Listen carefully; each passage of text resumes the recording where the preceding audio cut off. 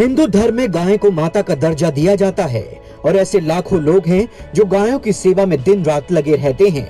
इन्हीं में कमलेश रानी और अश्विनी नाम के इस युवक का नाम जुड़ गया है। जी हाँ, इन दोनों गाय प्रेमियों ने नरेला स्थित श्री राम गौशाला को 2 ई-रिक्शा दान की हैं, ताकि गायों के लिए चारा लाने में गौ सेवाओं को दिक्कत का सामना न करना पड़े।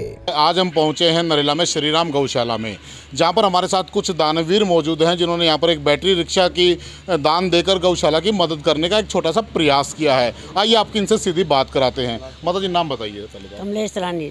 कमलेश जी, मन में जो ये विचार आया बैटरी रिक्शा दान करने का, कैसे आया और क्या क्या मदद इससे मिलने वाली है? मेरे हस्बैंड की डेथ हो गई थी जी दिवाली पे, उनके लिए कमरा बनवाने की सलाह थी, भी कमरा बनवाए। और हमारे पिता, मेरी सास और ससुर, ताइस पितस, उनके लिए भी कुछ दान करने की इच्छा थी कि दान करें।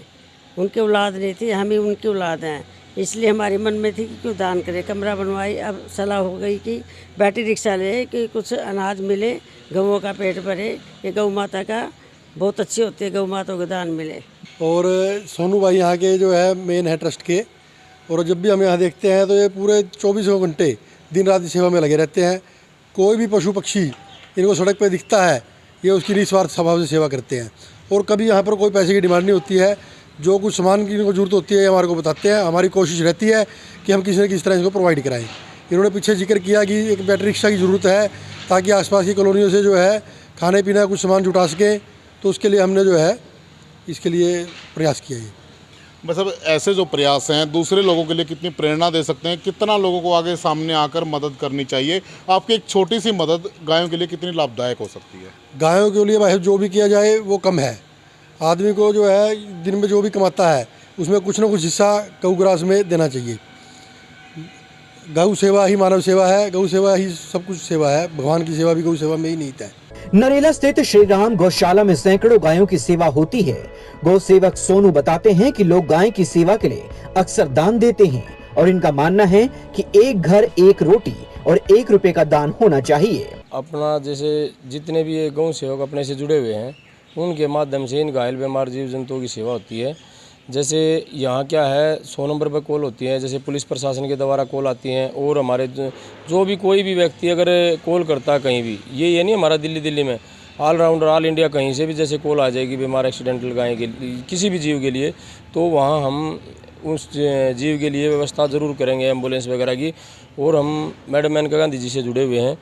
और ये हमारी श्री राम गौशाला में ऐसा जी, हम पैसे किसी से नहीं लेते। हम कोशिश करते हैं अगर भाई पैसे की बजाय इन गौ माता के, इन बेज़बान जीवों के लिए अगर साधन की व्यवस्था हो जाए या भोजन चारे की व्यवस्था हो जाए, वो ज़्यादा बेटर है।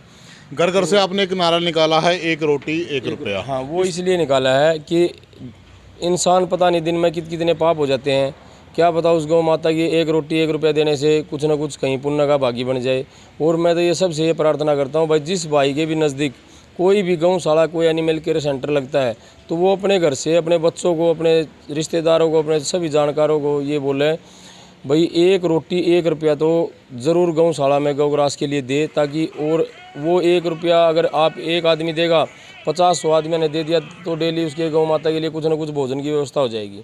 गाय प्रेमियों का मानना है कि गौशाला में दान करके उन्हें मानसिक संतुष्टि और शांति मिलती है, इसलिए वो आगे बढ़कर दान करते हैं। और ऐसा हर किसी को करना चाहिए ताकि सड़कों पर आवारा घूमने वाली गायों को गौशाला में रखा जा सके, उनकी देखभाल हो सके। दिल्ली से दीपक दहिया के साथ पिंकी सिंह की रिपोर्ट। खबरों की डोज नवदीप टुडे पर हर रोज।